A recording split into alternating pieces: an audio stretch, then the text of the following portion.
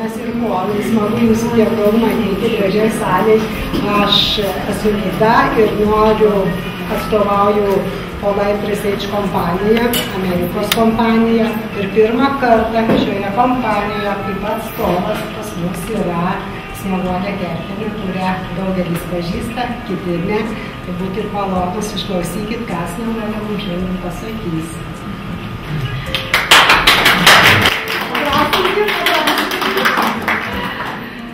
Labas vakaras. Iš tikrųjų, aš pirmą kartą pristatinėsiu šitokią temą, sveikatos temą, ką temą sužinojau ir Polite kompaniją, ką apie ją sužinojau, nes tikrai be jokių raginimų kažką čia pirkti, bet tiesiog labai noriu pasidalinti savo atradimais su jumis. Tai truputėlį ir prisistatysiu. Aš esu Snieguolė Gerkenė. Mano gyvenimo kredo, kaip parašiau, tai gyventi be išankstinių nuostatų. Kodėl taip akcentuoju dabar pat? Kai pradėjau domėtis tais dalykais, sveikata ir visais gydymo būdais, aš susidūriau su daugelio draugų išankstinė nuostata, kad viskas yra nesąmonė ir toks didžiulis buvo pasipriešinimas, nors pasiklausyti, apie ką aš kalbu. Tai man buvo labai keista, kad žmonės, kurie iš anksto įsitikina ir iš anksto užsideda tam tikrus barjerus, kad niekom tikėti negalima, visi sukčiai, visi nori apgauti, jie praranda mano supratimo galimybę tobulėti, sužinoti, nes jeigu nesiklausysi, tai ir negalėsi naujienų tų atrasti. Tai va, man šita sritis, sveikata ir gydymo visi šitie būdai, metodai yra visiškai naujiena. Aš nesu medikas, aš esu verslininkas. Verslo pasaulyje sukuosi labai senai, nuo pat tarybinių laikų, nuo spekuliacijos. Ir apie sveikatą iš tikrųjų niekada nenorėjau nei girdėti, nei kalbėti, nes man tai atrodė labai nuobodu. Ir taip atrodė, kad viskas bus gerai, 100 metų viskas bus gerai. Ir viskas buvo labai gerai, iš tikrųjų aš labai ilgai ir nesiskundžiau, ačiū Dievui sveikata. Bet gal ir tie verslo stresai, aišku, ir visa kita, ir visa kita, ir gyvenimas, ir aplinka, ir taip toliau, ir amžius padarė savo. Prie šitos temos mane privedė, aišku, pačios asmeninė sveikatos situacija. Aš jau ir Facebook'e rašiau, drąsiai, tiesiai, šviesiai, kad tikrai turiu didelių problemų su kepenų sąnariais. Visiškai išdylo jau šitą vadinamą kremzlę. Daktariai guldo į ligoninę operacijai kuo greičiau, nes nebėra tos kremzlės kaulas į kaulą ir sakė, tada prasidės nugara ir visi kiti dalykai, jau čia nebegalima žaisti su liga ir su sveikata, žodžiu, viskas operuojama. Skydliaukė, ten vėl kažkokie tai košmariški dalykai vyksta ir niekas nepaaiškino iki šiol, kas, kodėl, kaip vyksta. Nueini pas daktarą, gauni kokių cheminių vaistų krūvą ir žodžiu, bet niekas geriau neina. Tai aš vieną dieną sutikau ant viso pasaulio ir nusprendžiau, aš pati pabandysiu įsigilinti ir suprasti, tai kas tas organizmas yra ir kodėl jisai pradeda lūžti ir griūti. Ir dabar esu tokioj stadijai, kad neturiu jokių išankstinių nuostatų, man galite siūlyti ir perlus, kaip aš rašiau Facebook'e, mano draugė nusprendė, kad yra stebuklingas perlas į gerą vietą ir viską išsprendžia. Na, aš tik prieš priimdama sprendimus, pati asmeniškai gyvenimą, ir tai dabar tais sveikatos klausimais visada labai giliai neriu.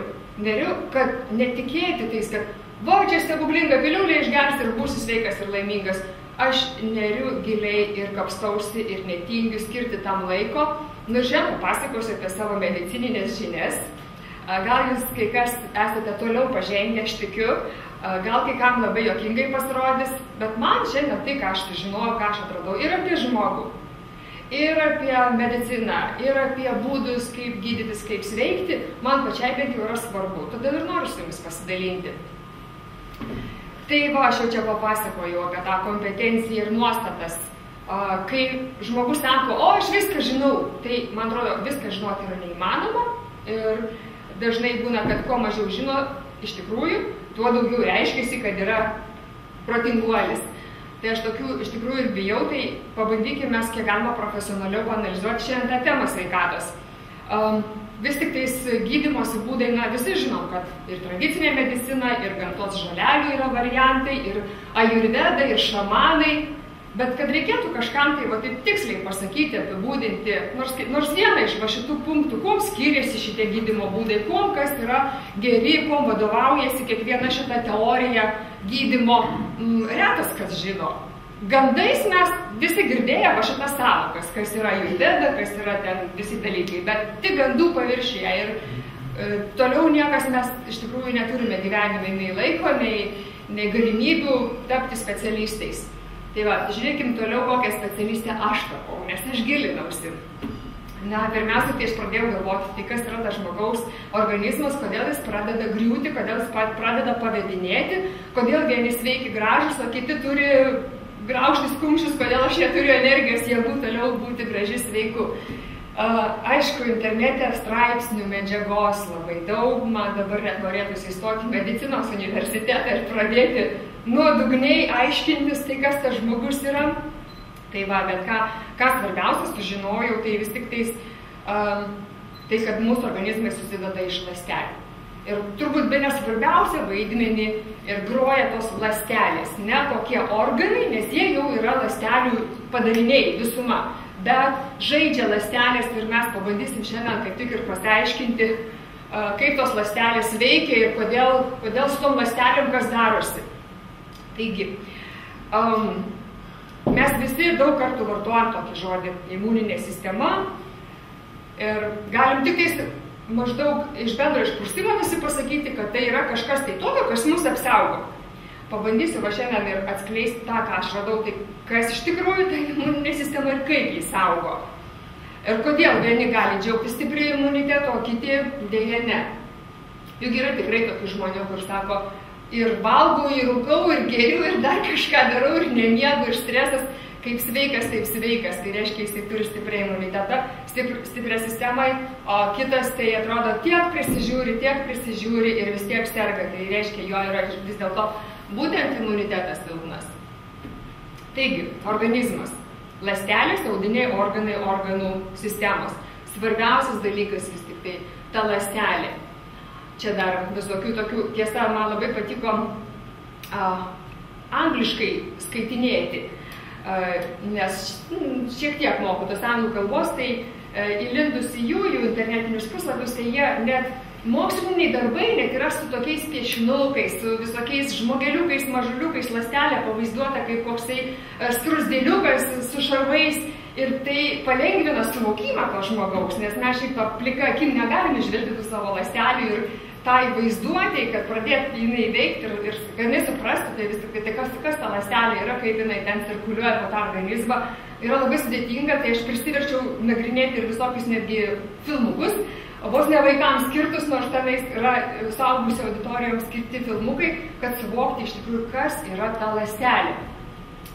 Tai va, ką aš šiek tiek radau. Na, maždaug vienas piešinukas, čia yra kraujo raudonųjų kūnelių ląstelės. Jeigu aš kur nors klysiu ir yra kas gali mano žinias pataisyti, būkit mėly, iš karto kelkit ranką. Aš tikrai nesijaučiu labai toli ir giliai pažengusi, nes, kaip sakiau, esu ne medikė.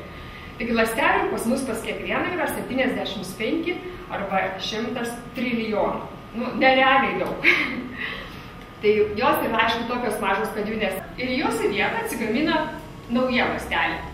Taigi, tas pastovus atsinaujinimas, regeneracija tų ląstelių, kaip ir kad parašiau, žuvusios ląstelės gali kraujyje cirkuliuoti pusę metų ir daugiau, bet tai nėra gerai. Jeigu žuvo ląstelė, iš tikrųjų turi ir išeiti iš mūsų organizmo. Toliau aš truputėlį ir papasakosiu, kas atsitinka, jeigu ir kodėl ta žuvusi ląstelė kartais tame mūsų organizme užsilaiko. Žuvusi ta ląstelė po ten savo to gyvavimo laiko 2-3 mėnesių ir užsilikus organizme ji tampa svetima. Ji susvetimėja ir kartais tampa net piktybinė. Iš kur atsiranda naujas ląstelės? Tai pagrinde iš kaulų čiulpų, kokią radau informaciją. Kaulų čiulpose nesubrendę T limfocitai migruoja į užkrūčio liauką, kuri yra endokrininės sistemos vietoje. Ir, na, žodžiu, čia yra labai sudėtinga, gal net nebūtina mums jau labai stipriai gilintis į tuos dalykus. Iš esmės, tai reiškia, tų ląstelių gimimai vyksta keliose organizmo vietose. Jeigu ta organizmo vieta yra nefunkcionuojanti, pažeista, nauja ląstelė gimti negali. Jeigu negimsta nauja ląstelė, mūsų organizme šlubuoja tam tikra vieta sveikatos. Aš vis girdžiu labai daug savo draugų tarpe nusiskundimų, kad žmonėms yra problemos su skydliauke. Ir tai man asmeniškai darosi tiesiog kraupu, nes kažin ar yra sveikų žmonių, kam būtų apie 40-50 metus sveika skydliaukė. Ar galėtumėt pakelti ranką, kas turi problemų su skydliauke? Tai yra iš tikrųjų tokia karti tiesa. Ir aš kiek pati bandžiau surasti atsakymų, pas gydytoją Davicką kreipiausi, pečiais traukiau ir net negaliu pasakyti, kodėl taip atsitiko, kokios priežastys yra, ką daryti. Yra vienas labai greitas tik tai receptas, cheminiai vaistai, tiroksinas, kiekvieną dieną, dėja jisai kiekiai didėja, nes jisai nelabai veikia. Tai va, aš bandžiau netgi surasti, kad tai kaip ta ląstelė dirba, kodėl ji dirba blogai, kad ji sugadina šitą endokrininę sistemą, endokrininės sistemos veiklai. Tai va, bet čia galbūt ir neverta toliau gilintis, bet iš tikrųjų radau labai įdomios informacijos, bet dar tęsiu netgi tą studiją, kas tas yra skydliaukė ir kaip jį veikia. Bet ir vėlgi, visur tikrai profesionalių mokslininkų ir medikų radau po didžiausiais straipsniais išvadą. Jeigu imuninė sistema stipri, nebus problemų nei su ta skydliaukė, nei su kuom kitkuom. Reiškia, vis tiek visi galai išeina į tai, kad sušlubavo tavo imuninė sistema, rado silpnesnę vietą ir padarė ten pažeidimą. Tai vis dėlto dar ką radau įdomių dalykų, kad žmogaus organizmas per visą gyvenimą perdirba vidutiniškai apie 12 tonų ląstelių. Tokie iš tikrųjų įdomus faktai, ar ne, kaip sunku įsivaizduoti, koks mes esame didžiulis fabrikas ir kaip ten viskas verda, kai mes to negalime pamatyti. Na ir taip pat organizmas kiekvieną dieną susiduria ir siurbia į save krūvą mikrobų. Tai nežinau, kuom remiantis, bet tikrai čia radau mokslininkų darbuose šitos faktus. 30 tonų mikrobų per gyvenimą vidutiniškai vienas organizmas sugeba pačiupti, sudoroti, išmesti lauk, kad jisai nekenktų mums. Taip vyksta audinių regeneracija, taip atsinaujina mūsų plaučiai, kepenys ir taip toliau. Jeigu jie neatsinaujintų, jeigu ta regeneracija visiškai nevyktų, mes gyventumėm labai trumpai. Todėl žymiai trumpiau gyvena gyvūnai, nors turi labai panašią organų sistemą ir ląstelių sistemą, kad jų audinių ląstelių regeneracija yra žymiai lėtesnė. Tai viena iš versijų, kad neįmanoma net geriausiomis sąlygomis net kokį kačiuką auginant, išlaukti, kad jis gyventų tokios patrukmės gyvenimą kaip žmogus. Tai va, dar ką radau labai įdomių dalykų. Ar žinote, kad mūsų organizme visada yra infekcija? Mes negyvenam sterilioj aplinkoje, mes susidūrėm kas be ko su krūva mikroorganizmų, kurie ne visada toli gražu yra tinkantis geranoriškai žmogaus organizmui ir mes kiekvieną dieną esame aplinkose, čiupinėjame, uostome, laižome, kvėpuojame, ragaujame mikroorganizmus, kurie iš karto sukelia infekciją. Ir mes kiekvieną dieną faktiškai esame kaip atominė bomba toj sprogsinti, jeigu ne imunitetas, ta mūsų infekcija gali taip pat pavirsti į ligą. Bet vėlgi, kas turi tą imunitetą, tas infekcijas labai gražiai ir suvalgo. Mūsų audiniuose tūno apie 1,5 kilogramo mikroorganizmų kiekviename žmoguje, kurie vėlgi toli gražu ne visi yra reikalingi žmogui ir gerai nusiteikia žmogaus atžvilgių. Dar radau dalykų, kad apie kirminus, vis tik tais apie 500 gramų visokių helmintų turi kiekvienas žmogus, taip pat ir chlamidijų ir taip toliau. Tai visokio brudo pas mus yra apie 5 kilogramai. Priklausomai nuo žmogaus svorio. Dar daugiau į svorio. Turbūt, iš tikrųjų, tai man tai žiauru, aš kai niekada nesigilinu, kas tas žmogus, ir aš galvoju, kokia čia mes visi gražus, turim didelę gražią raudoną širdį, dar šiek tiek kraujo ir dar kažkokius kaulus, taip steriliai viską įsivaizdavau ir pasirodo, mes turim, oho, su kom čia kovoti, kas gyvena mumise. Tai va, tai jeigu žmogai, na čia tokie dalykai, pusę lūpų reikia sakyti, jeigu užkietėja viduriai ir žmogus ten kažkiek valandų neišeina į tualetą, jeigu jam sutrinka ten virškinimai, visko pasitaiko, tai tas mūsų brudo, vadinkim, nereikalingų piktybinių organizmų kiekis žaibiškai išauga, nes jie dauginasi nerealiai. Dar čia neparašiau, bet kažkur radau ir ypač jie mėgsta saldumynus. Jeigu dar nesitušinam ir pavalgom kažką saldžiai, tai tų organizmų dar ten dvigubėja, trigubėja, žodžiu. Tai gali taip atsitikti, kad netgi po 16 valandų nesituštinimo iki 10 kg mūsų svoris priauga. Bet taip iš tikrųjų būna, žmonės persia svarstyklių tais atvejais ir sako, Jėzus svoris augais. Žmogus neina į tualetą ir tokie visi mikrobai, aišku, jiegi daro žiaurius dalykus su mumis viduje. Tai tie, kas neatsparus, kas neturi stiprios imunitetinės sistemos, tai tie visi dalykai iš karto gali sukelti labai rimtas ligas. O va, Rusijos vienas daktaras, imunologas Bogdan Gordinski, jo straipsnį skaičiau, jisai labai daug apie imunitetą rašo, tai jisai savo ligoninėje padarė tokį tyrimą ir nustatė, kad 95% Rusijos gyventojų turi askarydžių, kurios ten vėlgi labai yra nekenksmingos. Tikrai nežinau, kiek Lietuvoje, kiek Europoje, gal tiek pat, čia nėra tai pasakymas, kad Rusijai blogai. Ne, čia tiesiog aš rinkau faktus iš daugelio mokslininkų darbų, ką radau internete. Tai va, didžioji dalis tų mikrobų yra visai nereikalingi, kaip sakiau, nors mane perspėjo viena gydytoja. Kokie mikrobai, čia ne vaikų darželis, kodėl tu taip supaprastinai? Mikroorganizmai, reikia sakyti. Tai va, bet aš vis dėlto labai noriu suprasti aiškiai ir man tai labai yra iš karto iliustratyvu, tie mikrobai kenksmingi. Tai kuo daugiau mes jų sukaupėme, tiek, kaip sakiau, per maistą, per aplinką, per visus toksinus, tuo daugiau užsiteršia mūsų organizmas. Ir taip ir atsiranda tos alergijos, kurių šiandienai net maži vaikai jau turi ir skundžiasi, ir sunku jas išgydyti. Ir ką daro, kai alergija gydo? Nevalo nuo visų šitų mikroorganizmų, kurie yra nereikalingi. Gesina uždegiminius procesus, ar ten dar kažką, tai hormonus duoda. Bet daugelis imunologų sako, kad visai neteisingai šiais laikais yra gydoma alergija, nesuprantant tikrosios priežasties. Tai va, tai imuninė sistema natūraliai turėtų atlikti kenksmingų organizmų naikinimą. Tai vis dėlto, tai kas tada yra ta imuninė sistema? Nu, tiesiog kaip koks burtažodis. Imuninė sistema gali viską. Tai jeigu gali viską, aš tikrai nenoriu būti po ten 50 metų kaip šitą bobutę, bet išsiaiškinsiu ir nusprendžiau, padarysiu taip, kad tai mano imuninė sistema būtų dirbanti kaip laikrodis ir net aš labai noriu būti tokia. Ir labai linkiu jums visiems užsikoduoti ir, žodžiu, nesenti arba pasenus bent jau būti sveikiems.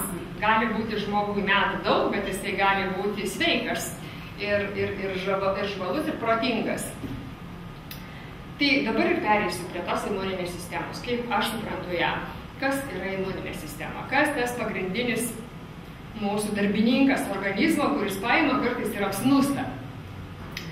Labai gražiai apie imuninę sistemą, kas tai yra, aprašo Rusijos imunologas, tas pats daktaras profesorius Gordonski, kurį minėjau prieš tai. Jis teigia, kad imuninė sistema tai yra tam tikras kiekis tam tikrų tų pačių ląstelių. Ir tos mūsų ląstelės, kurios turi tikslą ir turi pareigą kovoti su visais mikroorganizmais, jos yra vadinamos ląstelėmis žudikėmis. Netgi tokį terminą dažnai mačiau naudojant net kelių mokslininkų natural killer. Tiesiog natūraliais žudikais. Taip. Ir tos gerosios ląstelės, gebančios susidoroti su visomis organizmo užpuolusiomis infekcijomis ir virusais, jos kaip ir žudo priešus. Jeigu ten atsirado tas mikroorganizmas, kuris yra svetimas, neatpažintas, tai ta ląstelė žudikė, imuniteto ląstelė, ji puola ir jį sužlugdo. Natūralūs kileriai. Tai va čia dar kartą ir paantrinsiu, kad pagrindinė funkcija ląstelės žudikės, imunitetinės ląstelės, yra sunaikinti pažeistą arba infekuotą ląstelę arba apsaugoti nuo svetimų ląstelių ir nuo savų išsigimusių ląstelių. Ką sakiau, jeigu mūsų ląstelė sena atgyveno, numirė po 2, 3 ar 4 mėnesių, bet ji neranda jėgų išeiti lauk iš organizmo, tai ta ląstelė, imuninė ląstelė, privalo tokią taip pat organizmą surasti ir pabaigti jos gyvenimo darbą, kad ji tenai nesukeltų nereikalingų padarinių. Radau faktą, kad kraujo tyrimais galima nustatyti, ar yra aukštas ląstelių žudikių, imuninių ląstelių aktyvumas, kas tai reiškia būtų geras, stiprus imunitetas, jos dirba savo darbą. Ar tas aktyvumas tų ląstelių žudikių yra žemas? Kiek girdėjau, tokie tyrimai yra atliekami. Gal kas bandėt tokį tyrimą kraujo, nes aš dar nedėjau iki laboratorijų išsiaiškinti iš tikrųjų, kiek kainuoja ir taip toliau. Nes man atrodo, gal galite pasakyti, ką nors tą temą. Ну, aišku, labai didelį, Конечно, эти исследования делаются на очень высоком уровне. Исследования клеток иммунной системы самых разных, их так много, и разных классов. Исследования эти не дешевые, но иммунологические исследования на высоком уровне давно проводятся, и сейчас тоже проводятся. Другое дело, что нам недоступно в общей практике исследовать свой иммунитет. Мы идем когда в поликлинику, что нам проверяют? Общую кровь, если может быть. Общую кровь с формулой не проверят, а с формулой только тогда, когда заболеешь. Простой метод, но информативный. Многие другие показатели. И вот так вот. Это на уровне специальных отделений иммунологических. У нас тоже проводится в наших лабораториях, но это исследования не дешевые. Как правило, они делаются в частном порядке. Представьтесь, пожалуйста. Я врач. С трансфер-факторами уже работаю. В этом году будет 10 лет. Имею очень хорошие результаты в лечении и в профилактике больных, как детей, так и взрослых. И продукцию, в общем-то, всегда можно обратиться, всегда можно получить консультацию. Спасибо большое. Iš tikrųjų, man buvo labai keista, kad žmogus apie savo imuninės sistemos stovi, sužino nebent jau tragiškose gyvenimo aplinkybėse. Bet jeigu kažkas pradeda šlubuoti ir žmogus sužinotų anksčiau ir padarytų išvadas, kad galima, kad reikia, man jau viskas, skubiai reikia stiprinti imuninę sistemą, jis išvengtų didžiulių problemų, didžiulių ligų. Ką daro sumažėjęs kiekis tų ląstelių žudikių? Tai aišku, virusinės infekcijos puola, visos ligos faktiškai gali užpulti ir net vėžiniai susirgimai. Labai gražų radau dar tokį apibūdinimą, kad dar geriau įsivaizduotumėte, kad imuninės ląstelės žudikės tai lyg armija, sauganti valstybę nuo pašalinių agresorių, mikrobų, infekcijų, virusų. Taip pat sauganti ir vidaus tvarką, neutralizuojanti vidaus tvarkos pažeidėjus, tai yra naikinanti pažeistas ir neatpažintas ląsteles, taip pat vėžinės ląsteles. Atpažinti priešą, aktyvi ląstelė kaip savo ginklą, atpažinusi priešą, ji išskiria gamma interferoną. Tai aš taip įsivaizduoju, kaip koksai ginklas ir tas gamma interferonas natūraliai išskirtas nušauna tą pažeidėją. Taigi pagrindinės natural killers, imuninių ląstelių funkcijos, sunaikinti mikrobus ir virusus, svetimas ląstelės, sunaikinti pažeistą infekuotą ląstelę. Kodėl vis tik tai taip atsitinka, kad mūsų tos natūralios ląstelės, imuninės ląstelės nustoja daryti savo darbą? O man tai net pikta buvo, galvoju, kad vieniems tai dirbo, kitiems nedirba, atrodo, aš tikrųjų normaliai gyvenau ir pakankamai sveikai maitinausi. Vis tik tai mano imunitetas šiandieną yra labai stipriai susilpnėjęs. Tai kodėl ta ląstelė vis tik nebedirba? Tai aš gilinausi toliau ir ieškojau atsakymų. Aišku, dalykai jums bus girdėti. Tai yra genetika. Jeigu tėveliai sirgo, jie perduos didelį skaičių ligų. Chroniškų infekcinių susirgimų metu labai nusilpsta šitos mūsų gerosios ląstelės. Pavartojus antibiotikų, jau visi daktarai sako, kad imunitetas tikrai pasilpsta, tą mes žinome. Vartojant cheminius vaistus visokius, vartojant kitokias chemijas, buitiniai dalykai, visi maisto produktai, kurie yra užteršti, gyvenimo būdas, stresas, judėjimas, metai savo daro ir tos mūsų imuninės ląstelės su metais dėja silpsta, nebenori veikti. Aš netgi radau tokį faktą. Mes esame įdomus gamtai tik iki brandaus amžiaus. Nes iš tikrųjų, logiškai pagalvojus, žmogaus tikslas, žmogaus misija, ko gamta iš mūsų tikisi, tai daugintis, užauginti vaikus. Tai va, ties 40 metų mes savo misiją atlikę. Viskas. Bet mes labai norim gyventi. Mes labai norim gyventi, norime dabar, dar labiau norime būti jauni ir gražus, kai atsirado patempimai visokie ir taip toliau.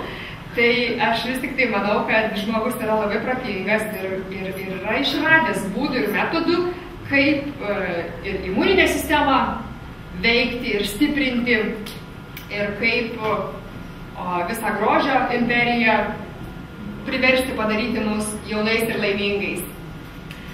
Apie užterštumą vis tik tai turiu irgi pasakyti, kaip stipriai ir kaip žiauriai užterštumas mūsų planetos veikia mūsų imuninės ląsteles. Pats baisiausias, pavojingiausias chemikalas - dioksinai ir dibenzodioksinai, kurie yra gaunami su maistu. Šiaip, skaitydama apie juos, tai radau faktą, kad dažnai mes galime rasti ant pakuočių šitos užrašus, nes mūsų ir visos Europos veterinarinė tarnyba leidžia tam tikrą kiekį šitų baisiųjų chemikalų, kurių mokslininkai imunologai sako, turėtų išvis neleisti. Jie tiesiog žiauriai kenkia žmogaus organizmui. Bet dėja yra leistina. Tai jie irsta ir išeina iš organizmo tik po 6-13 metų. Jeigu jų koncentracija yra didesnė, tai mes 6 arba 13 metų gyvename su šitais chemikalais, kurie užblokuoja mūsų imuninės ląsteles ir neleidžia tom mūsų imuniniam ląstelėm dirbti savo vadinamo žudikiško. Jos pasyviai reaguoja tada į tuos visus mikroorganizmus. Deja, kas dar baisiausia, kad chemikalai tirpsta geriausiai ir jiems labiausiai patinka būtent riebalinė terpė. O riebalinė terpė tai yra kaulų čiulpai, tai yra mūsų endokrininė sistema, skydliaukė. Ten yra palankiausios sąlygos nusėsti šitiem chemikalam. Ir jeigu, įsivaizduokit, kaulų čiulpuose gimsta nauja ląstelė, o ten tūno šitas chemikalas, kuris net nežada po 6 ar 13 metų iš ten išeiti, tai imuninė ląstelė ten užgimusi, iš karto yra pažeista ir neveiksni. Tai va, pagrindinė tirpimo vieta riebalų terpė, tai ką aš ir paminėjau. Tiesa, dar yra ta chemikalų nusėdimo mėgstama vieta, tų baisiųjų mūsų susirgamų nuodų vieta, tai nugaros smegenys, net galvos smegenys, endokrininės liaugos, kaip sakiau. Kodėl šiai dienai net mūsų, atrodo, šventovėje galvoje smegenyse atsiranda augliai. Todėl, kad ten ląstelės nebegali dirbti savo darbą, tenais tūno mūsų šitie užteršti visi chemikalai. Nuodai lieka ilgą laiką, pašalinti beveik neįmanoma. Ląstelės nedirbdamos ką padaro, tai aišku, taip pat sutrinka ir mūsų kraujotaka, ir limfa, nebegali vykti apykaitos procesai. Nenorėjau čia labai stipriai jūs užgriozdinti. Internete yra labai gražus filmukas apie ląsteles, anglų kalba. Ląstelė kaip koks skrusdeliukas su kailinukais. Tie kailinukai tai yra josios membrana. Ir ta membrana yra laidi. Ji duoda informaciją, ji reaguoja. Ir jeigu tie chemikalai yra užteršę ląstelę, ant tos membranos yra tiesiog jau kaip ir apaugę ir netgi mikroskopų šitos dalykus mokslininkai jau yra pagavę ir rodo, kad apaugusios membranos jos tą ląstelę daro nebegyvą, bet ji vis tiek ilgai tūno organizme. Taigi pasekmės kokios? Dioksinų poveikis ardomasis ir griaunamasis gyvybiškai mūsų organizmui svarbių bioaktyvių medžiagų, be kurių neįmanomas aktyvus darbas. Tai maždaug taip, kad pagamina organizmas hormoną, kuris turi, pavyzdžiui, mums duoti gerą nuotaiką, energiją, darbingumą, o dioksinai tą hormoną iškart suardo. Jeigu pagamino vitaminą, ar mes gauname netgi tinkantį vitaminą, vaisius, uogas ir taip toliau, kas yra reikalinga, dioksinai visą tai suardo. Ir organizmas tada gali valgyti vitaminus, gali valgyti vaisius, daržovės, uogas ir visą kitą naudingiausią žmogaus organizmui racioną, bet jis jausis blogai. Ir niekas neras priežasties ir tada sakys, man migrena, tai gydysim tada galvą. Bet iš tikrųjų tai bus, reiškia, priežastis tai kitame, kad yra dioksinais, chemikalais užterštas organizmas. Tuomet žmonės kenčia chronišką nuovargio sindromą, jį užpuola įvairios ligos. Mokslininkai netgi sako, apkūnių žmonių, apkūnumas tai nėra problema ir tai žmogui netrukdytų normaliai gyventi, tik tiek, kad apkūnų žmonės riebalinės masės, ten, kur mėgsta nusėsti visi chemikalai mums nuodingi, turi daugiau, tai lyg ir būtų teorija, kad daugiau yra užteršti organizmai.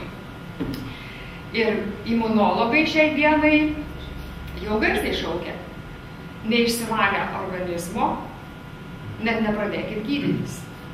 Bet koks gydymasis, jeigu jūsų organizmas yra užterštas vienaip ar kitaip, bus neveiksmingas. Bet ką mes žinome vėlgi apie tai, kas yra detoksikacija ir kas tas yra gydymas, kas tas yra organizmo valymas. Bet dėja, jeigu mes galim teigti, kad ko gero nebėra nei vieno organizmo, kuris nebūtų prikaupęs dioksinų ir kitų chemikalų pavojingų, tai laikas nuo laiko padaryti organizmo valymą, ko gero turėtume mes kiekvienas. Kaip ir jau kalbėjau, dar kartą paantrinsiu, kad imuninės ląstelės veiklos misija yra perdodama iš kartos į kartą. Tai yra, mes tą imunitetą gauname gimdami per mamos priešpienį, su genais. Ir tas perdavimas, angliškai, aš turiu pasakyti, pavartoti šitą žodį, kad žinotumėte, angliškai perdavimas reiškia transfer. Remiantis tą teoriją, kad imunitetas nėra vien tik tais naujagimyje susiformuojantis savarankiškai dalykas, bet yra gaunamas, yra perkeliamas iš mamos organizmo. Tai ta teorija sudomino turbūt daugelį mokslininkų. Ir jie remiantis tą teoriją, kad kažkas atneša ir padeda į mūsų organizmus imuninės sistemos užtaisę, jie toliau pradėjo labai įdomius tyrimus. Jeigu tikėti šitą teoriją, bet ji, man atrodo, akivaizdi, mama pagimdė ir mes gavome su priešpieniu ir su genais imuniteto užtaisą. Ir jeigu tas užtaisas, jeigu mama pati nepakankamai sveika, jeigu genetiškai visa linija, visa giminė turi problemų sveikatos, tai bus akivaizdu, kad kūdikėlio, kuris augs ir toliau taps dideliu ir didesniu žmogumi, imuninė sistema bus taip pat neatspari. Stebuklų čia nebūna.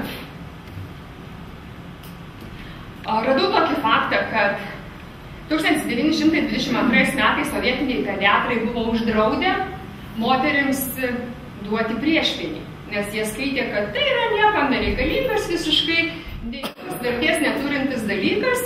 Ir kaip būdavo, tai mano laikais dar aš pati kai gimdžiau, tai mama paguldydavo ilsėtis po gimdymo į palatą, kad ji atsigautų, kad ji tiesiog sustiprėtų, ir kūdikėlį atnešdavo jie savo nuožiūrą, gal po paros, gal po 2, niekas neaiškindavo ir to priešpėnio jokios reikšmės nematė. Ir daug metų visą tai kartojasi.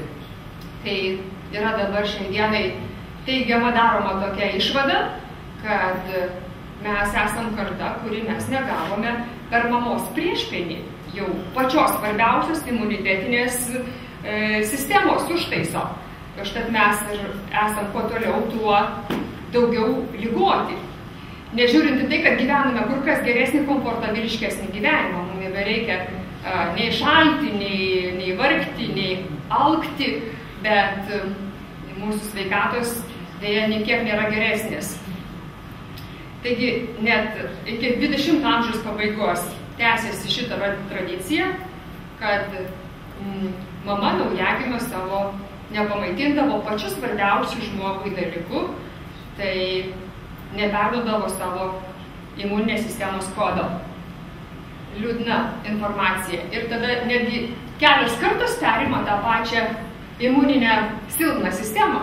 Nes jeigu mama neperdavė, vaikas gimė su silpnoka imuninė sistema, tas vaikas perduoda savo vaikui. Jau karta iš kartos gali būti, kad mes praradinėjame savo imuninės sistemos stiprumą.